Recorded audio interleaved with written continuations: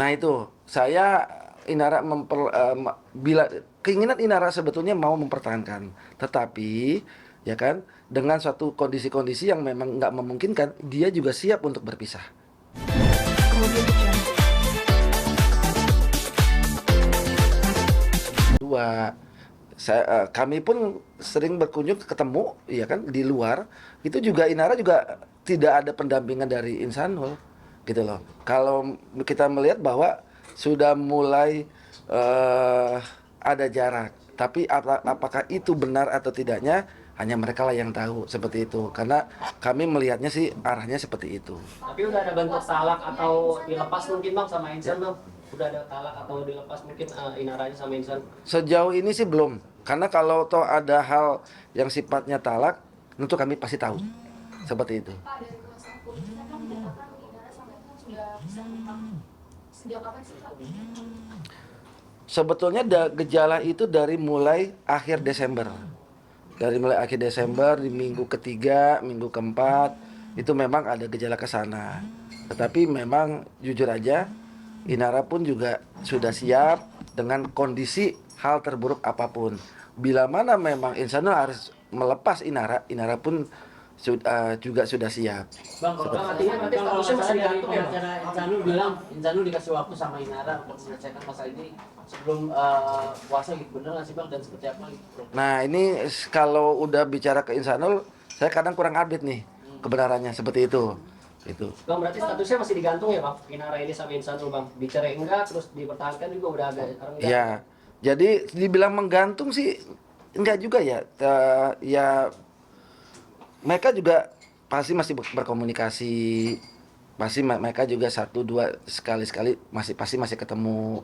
Cuma tidak semesra yang kalau kita bicara November, awal-awal Desember, seperti itu. Sudah mulai, apalagi masuk Januari, saya melihatnya mereka berjalan sendiri-sendiri, seperti itu. Bang, Inara ada sakit hati nggak sih bang? Kayak manis pak, habis manis pak dibuang nih bang, terus Insannya balik lagi ke istri pertama. Saya yakin dari awal pun, karena awalnya kan Inara juga tidak tahu bahwa Insanul sudah beristri.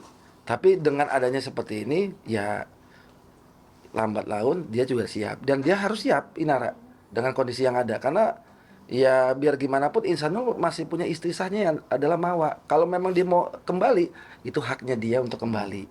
Gitu. Jadi intinya Inara pun siap. Tapi Inara sendiri mau mempertahankan atau mau melepas Pak? Nah itu, saya Inara bila keinginan Inara sebetulnya mau mempertahankan, tetapi ya kan dengan suatu kondisi-kondisi yang memang nggak memungkinkan, dia juga siap untuk berpisah, seperti itu. Bang, banyak yang bilang juga ini akal-akalan biar nggak kena masalah hukum nih bang nih. Gimana bang tanggapannya bang? Iya. Masalah hukum apa? Masalah hukum yang Iya. laporan yang lain. Ya, Oh, personal. ya sebetulnya sih kita berasumsi sih sah-sah aja ya. Orang berpikir apakah ini menjadi akal-akalan, ini akal bulus aja nih kan begitu kan? Ataukah ini memang fakta ya kan? Memang kami pun juga tidak melihat kedua-duanya seperti itu. Nah, kami yang saat ini menjalankan konsisten bahwa kami yakin ya kan, yang namanya perdamaian itu akan terwujud. Bang, kan selama ini Inara dituntut untuk menunjukkan bukti pernikahan siri sama Insanul gitu. Sampai detik ini juga belum terlihat apakah alasannya Inara untuk menahan itu bang atau seperti apa? Sebetulnya syarat itu kan diberikan kepada suaminya, bukan kepada Inara. Jadi itu bukan hak kami untuk jawab seperti itu. Bang, ini kan kemarin supir Inara Rusli diperiksa nih terkait illegal access buka rekaman CCTV karena ada suara ART yang mendengar suara aneh di lantai 3, mungkin seperti apa Bang? Jadi sini saya luruskan ya. Sopir itu tidak tinggal di dalam rumah itu. Dia tidak tinggal di situ. Gitu. Jadi dia ke lantai 2 dan lantai 3 aja dia tidak diperbolehkan. Gitu. Jadi dia selama ini cuma di lantai 1 untuk datang menjemput segala macam ya. Antar jemput anak-anak segala macam. Dan dia tidak diperbolehkan selama ini untuk naik ke lantai 2 dan lantai 3. Jadi Inara sendiri tidak tahu mengapa itu bisa diambil oleh siapa sopirnya itu. Mungkin saya tambahkan dikit ya. Saya juga udah melihat preskonnya atau pembicaraan dari pengacara, saya lupa namanya pengacaranya, dari Agung, seperti yang kemarin di BAP, ya kan. Pertama yang saya simak adalah bahwa selama ini supirnya itu adalah yang gaji adalah fee, seperti itu, sampai dengan terjadinya perceraian, sampai dengan sebelum kasus ini adalah ya kan seperti itu. Intinya pasca perceraian juga. Itu di statementnya dia ya yang saya tangkap di media, ya kan, itu adalah digaji oleh fee, seperti itu. Nah, dia pun akhirnya diberhentikan karena adanya dikhawatirkan terlibat dalam adanya kasus yang mengarah kepada Inara, seperti itu. Artinya bahwa supir ini masih di dalam kekuasaan fee. Logika kita begitu. Kenapa? Karena di situ ada gaji yang masih diberikan, yang harusnya haknya Inara setelah pasca pengadilan, pasca perceraian, itu kan sudah termasuk untuk gaji ART, mungkin di situ ada babysitter, di situ mungkin ada supir. Artinya harusnya yang menggaji adalah Inara sendiri. Nah, ini kan statementnya dari pengacara, kalau saya dengar adalah seperti itu. Berhentinya daripada supirnya nanti kena ikut supaya tidak ikut campur atau ikut dalam serta di situ. Nah, ini kan saya melihatnya bahwa berarti kalau begitu kan mereka masih digaji oleh fee sebelum terjadinya adanya CCTV tersebut. Nah, ketiga saya melihat gini, kalau toh kita punya supir, punya ART dan sebagainya, kita gaji, itu nggak mungkin mereka berani. Mau kita ditemukan ada suara apa, kecuali memang ada indikasi di situ pidana pembunuhan atau apa, mungkin lain persoalan kan gitu kan. Nah, apapun yang dia dengar, ya nggak mungkin juga kalau kita punya karyawan yang kita gaji tiba-tiba berinisiatif, ya kan, bukannya menanyakan tetapi adalah dia melihat dari memori atau dia dari CCTV ada apa sih, seperti itu. Yang nggak berani juga, seperti itu logika kami, seperti itu. Makanya kami tidak banyak intervensi kepada Bareskrim masalah illegal akses. Kami menghormati, itu juga banyak temuan-temuan yang kami juga tidak tahu, karena yang kami ucapkan adalah apa yang kami lihat di media.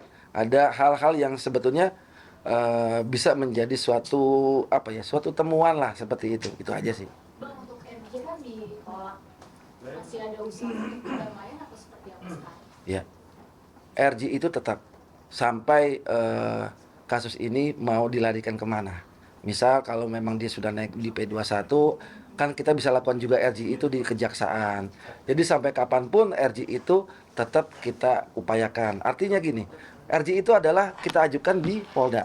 Tetapi kan kita bisa mengupayakan perdamaian di luar Polda sendiri. Ya kan? Itu kami yakin insya Allah memang perdamaian itu akan terwujud. Karena kita kembali bahwa ini mereka adalah suami istri.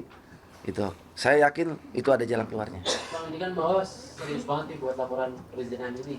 Kalau misalkan nanti RJ atau perdamaian tidak terjadi, Inara juga sudah menyiapkan diri untuk menerima hal pahit gitu, misalkan proses ini terus sampai akhirnya ada putusan hukum yang tetap gitu dari pengadilan. Pada prinsipnya mereka siap. Walaupun memang yang ditekankan adalah prioritas adalah kita bisa berdamai. Ya kan? Kenapa? Karena ini menjadi presiden buruk. Apa yang menjadi presiden buruk? Ini adalah antar suami istri. Yang satu istri sahnya pertama, yang satu istri sirinya kedua. Sama-sama lingkup suami istri semua. Dan di dalam ini ya presidennya buruknya apa? Ini akan menjadi kenang-kenangan kalau memang ini akhirnya sampai dengan ke tingkatan hukuman, putusan pengadilan, nanti menghukum sekian tahun, ya kan? Ini sampai kapanpun, dan ini mempengaruhi tumbuh kembang anak-anak, bahwa ini ya buruk lah, akan menjadi buruk seperti itu. Karena ini suami istri seperti itu. Bang, kalau untuk Saya tambahkan sedikit. Pidana itu kan ada dua, pidana formil sama pidana material. Pidana formilnya itu yaitulah bukti yang diajukan oleh Mawa. Bagaimana pidana formilnya itu bukti dijadikan sebagai alat bukti, padahal itu illegal akses. Bagaimana itu materialnya nanti bagaimana bisa berjalan gitu. Sedangkan formilnya sendiri aja itu tidak sah melawan hukum gitu. Jadi menurut kami buktinya sendiri itu tidak sah gitu. Bagaimana mau dilanjutkan kalau bukti yang diajukan itu tidak sah gitu. Ya gitu aja. Bang, satu lagi Bang, kondisi mental Inara sekarang seperti apa? Kan banyak dihujat sama masyarakat nih sekarang ini Bang, ditambah cancel kultur juga dan banyak mungkin job-job yang dibanggakan Iya, gitu. iya. Sekarang kondisi mental. Nah ini dia, kalau bicara mental, udah pasti ya kena mental lah Inara, ya kan? Apalagi ditambah yang terakhir ini, dia tidak kunjung tiba anaknya yang memang di bawah penguasaan dia harusnya. Masuk kasus anak, itu memang apa ya, tekanannya cukup lumayan lah itu, seperti itu. Jadi udah pasti yang namanya kena mental, ya kan? Itu udah pasti, seperti itu. Tapi kalau mau udah dipanggil untuk panggilan lagi. Untuk panggilan yang di Barreskrim ya, sampai sejauh ini kami belum dapat konfirmasi dari Kanit, ya kan, seperti itu. Saat ini yang masih dipanggil, yang kemarin sudah adalah Agung. Setelah itu mereka memang satu-satu tuh ada pembantu rumah tangganya, nanti larinya kemana, nanti kita lihat aja. Menurut penyidik itu akan lari kemana, siapa yang nanti harus dipanggil dan sebagainya, karena kami belum menghadap dan belum belum menerima update-nya lagi, seperti itu. Terima kasih. Makasih banyak. Ya, silakan yang mau makan. Yang apa?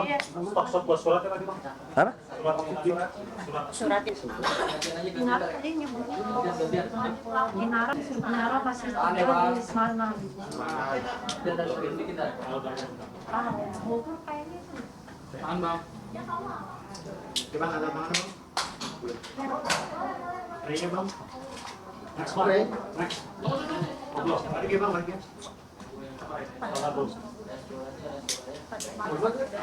Oh, cuma sembar. Daripada saya ribet nyebutnya, mendingan sempatannya gampang kan dikit. 88.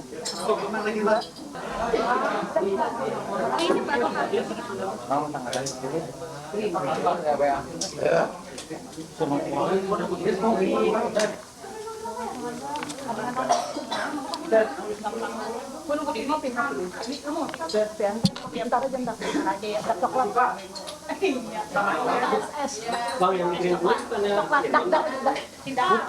Lain lagi. Virgon itu di Pondok. Cipondok. Cukup?